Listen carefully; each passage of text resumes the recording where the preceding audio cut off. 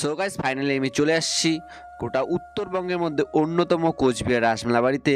এই মেলার বিশেষ আকর্ষণে এই রাজচক্র। এই রাজচক্র ঘোরার জন্য অনেক দূর দূরান্ত থেকে পর্যটক আসে শুধুমাত্র এই রাজচক্র ঘোরার জন্য।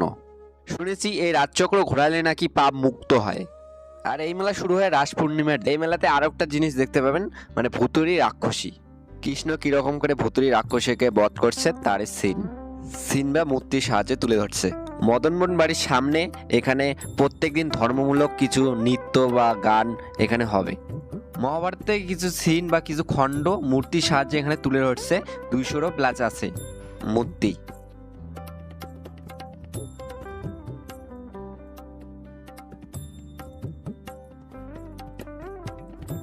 এখন তোমাদেরকে দেখাবো ভাইয়েরা বোনেরা দাদারা কিরকম করে আর্ট করছে, সেগুলোই তোমাদেরকে দেখানো হবে। এতগুলো দেখানো সম্ভব না, এক এক করে দেখালে অনেক বড় হয়ে যাবে, অনেক লেন্দি হয়ে যাবে ভিডিওটা। তার জন্য সিনেমাটিকের শর্টের সাহায্যে না এই ফটোগুলো দেখে নাও, কী কী রকম করে আর্ট করছে সেগুলোই তোমাদেরকে দেখাবো।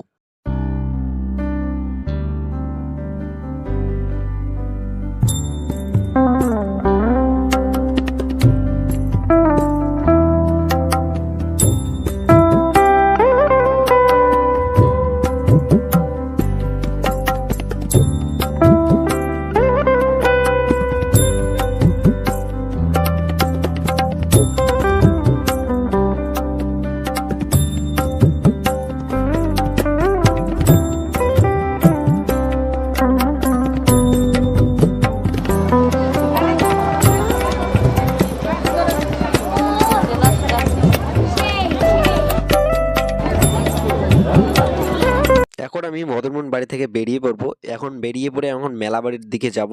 তো মেলা এখনও স্টার্ট হয়নি, কালকে উদ্বোধন হবে 16 তারিখ। আর এই ভিডিওটা শ্যুট করতেছি 15 তারিখ। এটা হচ্ছে রাসমেলার স্টেজ। তো এখানে অনেক দূর দূরান্ত থেকে সিঙ্গার আসবে, নৃত্য করবে, অনেক সাংস্কৃতিক অনুষ্ঠান হবে এখানে সব। প্রথমে কাজ চলছে, তো মেলা বাড়ির আগে কাজ তো 1-2 দিনের মধ্যে হয়ে যাবে। তোমরা অবশ্যই আসো, 2-1 এর মধ্যে চলে আসো কোচবিহার রাসমেলা, ঐতিহ্যবাহী একটা রাসমেলা, এখানে চলে আসো।